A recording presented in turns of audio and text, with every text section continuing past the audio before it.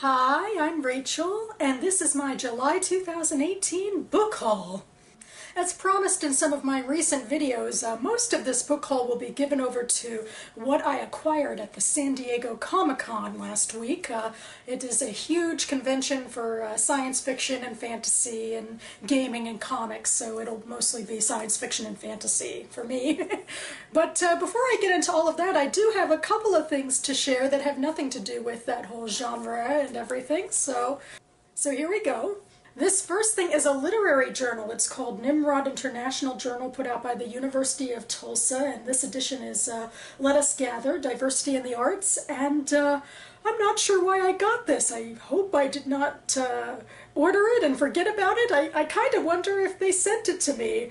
Maybe that's a little crazy, but I do have a couple of videos where I review literary journals from universities and other small presses, so maybe it's not completely crazy for an organization or university to email me a literary journal. And indeed, there are 6 fiction stories in here. I usually pay special attention to the short stories because I write them. So I'm very excited, and I have another one to review when I do my next literary journals review. And speaking of short stories, this next one is a collection, Eastern Shore Shorts by Gail Priest, published by a local press, Cat and Mouse Press. And all of these stories take place on the eastern shore of Maryland, where I went to college, and also where I set the fictional town where my novella is set. So I kind of thought that I could use this as a jumping off point and impetus to start my next round of edits of the novella. This will take me to the locale that a lot of my story is set in. So I'll read from the back. Priest's compelling characters visit familiar local restaurants, inns, shops, parks, and museums as they cross paths through the charming towns and waterways of the Eastern Shore. From the female barber who runs into an old flame, to a man who's held out for love too long, to a cranky dog trainer, to a meddling mother of the bride, these folks will make you laugh, cry, and cheer as they follow their hearts and their dreams. So, you know, ordinary folks, but in a very specific location, so I'm looking forward to this. I believe I think I'm going to be reading this collection in August. Okay, on to the Comic-Con stuff. This was my big purchase. Most of the rest of the stuff I got for free, but I spent a pretty penny on the second illustrated edition of Harry Potter because I heard through the grapevine that they would be giving away a free poster for the 20th anniversary for Harry Potter, featuring 4 different images of Harry. And when I was in line to get that poster, I felt like it was a line that was put on by Mysterious Galaxy, which is a sci-fi fantasy indie bookstore in the San Diego area, and I thought, this just isn't me to not, you know, patronize the local indie bookstore, and I have the first illustrated copy prominently on display, so I figured I guess I should go for the second one. And I got it signed by the illustrator, Jim Kay, who was there. And in fact, while I was waiting in line for the poster, which I'll show you later, I got a whole bunch of other free swag, a tote bag and a pin and another poster, and I'll put an image up here of the other stuff I got in line. I think this was really one of my favorite experiences of the con. It was just so much fun to, you know, get swept up in the Harry Potter love. So this is the poster that I specifically stood in line for. These are 4 images of Harry Potter throughout the last 20 years, and they're signed by their illustrators. We have Mary Grand Pré, who is the iconic first American illustrator. She did the first edition of books. And this is a newer edition by Kazukibushi. And this is the new illustrated editions, Harry Potter and the illustrated editions by Jim Kay. And finally, this is an edition by Brian Selznick, and I have an entire long poster that I got in line by him as well. And underneath, I have something else. This penguin was handing out for free. It is of my favorite character from the Ember in the Ashes series by Saba Tahir, and a melodramatic quote that the augurs, who are like fortune tellers and prophets, they told her, "You, Helena Quilla, are no swift burning spark. You are a torch against the night if you dare to let yourself burn. And that's the title of the second book. And I'm reading the third book right now. It just came to me in my library's overdrive. It's A Reaper at the Gates. And I talked a lot, I think, in my last video about how I look to YA fantasy as escapism, and I definitely do, and I understand how, you know, they're larger-than-life stories and not very realistic, but when it comes to my favorite series like this one, that's not to say that I think they're mindless, because I don't. I think there's a lot of interesting themes and compelling characters to be had, so that's why I have Helene of Aquila on my wall now. This is my other official purchase of the con. It is a world-building little pamphlet called The Right Path, written by these two best-selling twins who write a lot of sci-fi and fantasy, and Todd McCaffrey, who is the son of Anne McCaffrey, who wrote the Dragon Riders of Pern novels. I think on their own, they are just their own fandom. It's a really small pamphlet with rather large text. It might have been a rather silly purchase. I was in the mood to try and capitalize on getting writing advice. I'm going to try to write a fantasy novel myself for NaNoWriMo. And I think the con kind of brought out or took away most of my inhibitions when it came to spending sometimes, but I wanted to show my support, so here we have it, and here's what they say about it. Have you ever wondered how writers build their own fictional worlds, like Star Wars or Lord of the Rings? Or better yet, have you ever wanted to create a world of your own? Here, in The Right Path to World Building, award-winning authors, the Winter Twins, team up with New York Times bestseller author Todd McCaffrey to share their world-building process from brainstorming to completed story. Sorry, I'm a little distracted. My cat's making a lot of noise. Now on to a bunch of the freebies that I got at the publishing booths and publishing panels that I went to, starting with this one. This is The Waking Land by Callie Bates, and I tried to go for this one, well, I got it in a mystery grab bag, like the booth had a bunch of descriptions you could pick from, like what do you want to read about, and I chose the description that went with this book.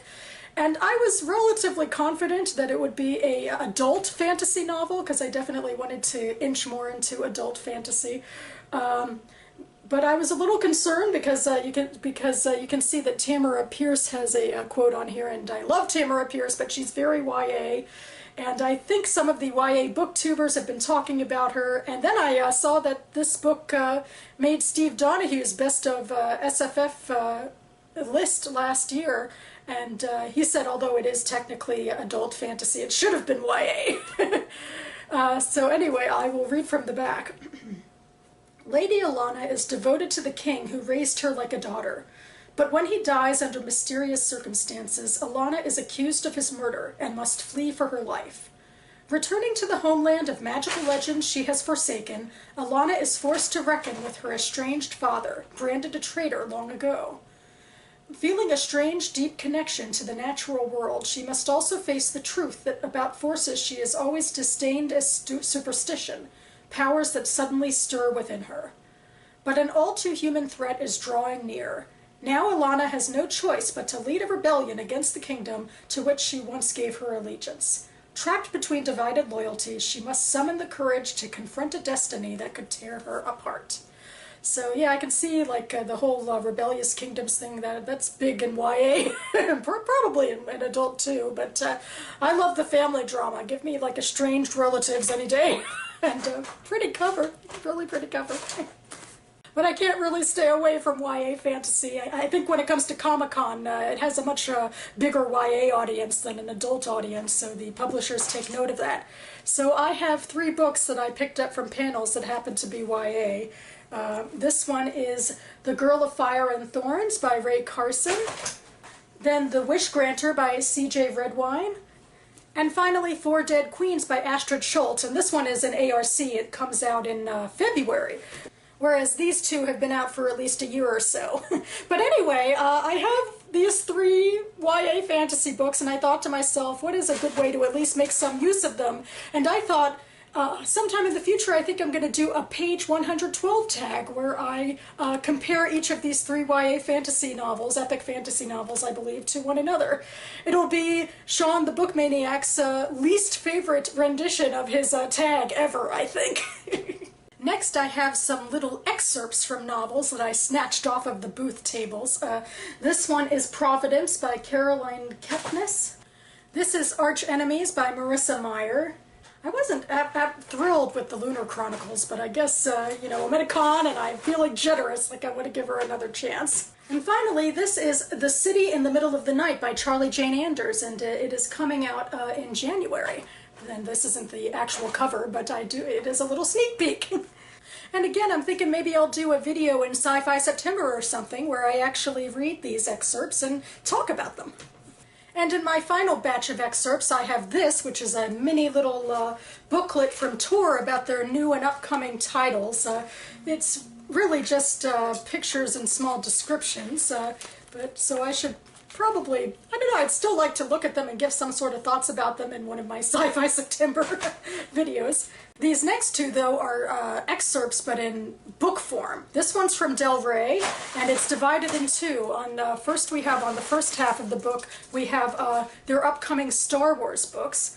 And then on this half, I believe this is adult fantasy books. And finally, Penguin covers the teen fantasy. They have excerpts from these 6 titles in this book. So again, I think I'll be reading these excerpts and talking about them sometime in Sci-Fi September or earlier, maybe. This next batch of things is stuff that I got for my family, or I don't know how well these are going to go over, but I ended up picking up this book solely based on the title, Cats vs. Robots. This is War is the subtitle. It's by Margaret Stoll and Lewis Patterson. It also comes with this pin, and it is a middle grade book about a war between cats versus robots, and I have a bad feeling that the cats are going to come off as the bad guys, and then I'm going to have to shame these authors on social media. So from the back it says this: "The Robot Federation and the Feline Empire have brought their epic ongoing battle to a tiny primitive planetoid, the blue speck called Earth. The mission for both cats and robots: retrieve the Singularity Chip. With the chip, cats can live past their 9 lives and robots are granted eternal battery life. But what happens when 2 human twins get caught up in the crossfire? Robot overlords, secret feline agents, and earthling humans who are in for a real catastrophe." Get the pun? Oh my gosh. I mean, of course, in the moment, at the craziness of Comic-Con, I was like, oh, this is so cute, Snatch, and then I'm like, what am I going to do with this? I don't read much middle grade, especially stuff that is necessarily this ridiculous. And so I thought to myself, well, I could give it to my niece, but my niece is 4. She's a little young for middle grade, and I thought maybe I'll try giving it to my sister, who doesn't even like adult science fiction and fantasy. So I don't know what I'm thinking, except that she's a nursing mother right now, so maybe the tenure of this book is what her brain can handle. I don't know. I'm probably going to show it to her and she's going to give me an arched eyebrow and then I'll take it back. This is something I don't think my father will give me back. It is a little pamphlet about graphic novels from Italy. They didn't actually have any of them on sale, but this organization, the Italian Trade Agency, was just trying to promote Italian culture by saying what they are. And so I thought that would be interesting to my dad, because he is very big into our Italian culture and has been taking Italian classes for years and years, so I thought this could go over well with him. And finally, this is almost done, I swear, I have my non-bookish but bookish adjacent goodies. I got 2 pairs of socks from Out of Print, which I think is becoming my favorite apparel store, at least for socks. This one is scratched out words, and this one is a Book Riot one of Books and Unicorns. I'm going to get a lot of great use out of these socks. Then I made sure to patronize the San Diego Library booth, because I'm a library worker myself and I believe in libraries and I want to keep them going, so that's what I did, and I just got a couple of little goodies from their gift shop. I got this Reading is Sexy sticker. And then I got these 2 enamel pins. It's a book cart, and then This Is How We Roll. And I actually have a library job where I work almost entirely with book cards, so this is very apropos, even if I didn't just want to support them. So that about covers it for me. Oh my gosh, I think I have enough stuff to keep me covered forever. I'm going to feel bad when I do an August book haul, which will hopefully be a lot smaller. But this was a whole lot of fun. I hope it was fun for you too. So thanks so much for watching, everyone. And happy birthday, Harry and J.K. Rowling, as we roll out of July and into August. And I'll see you next time.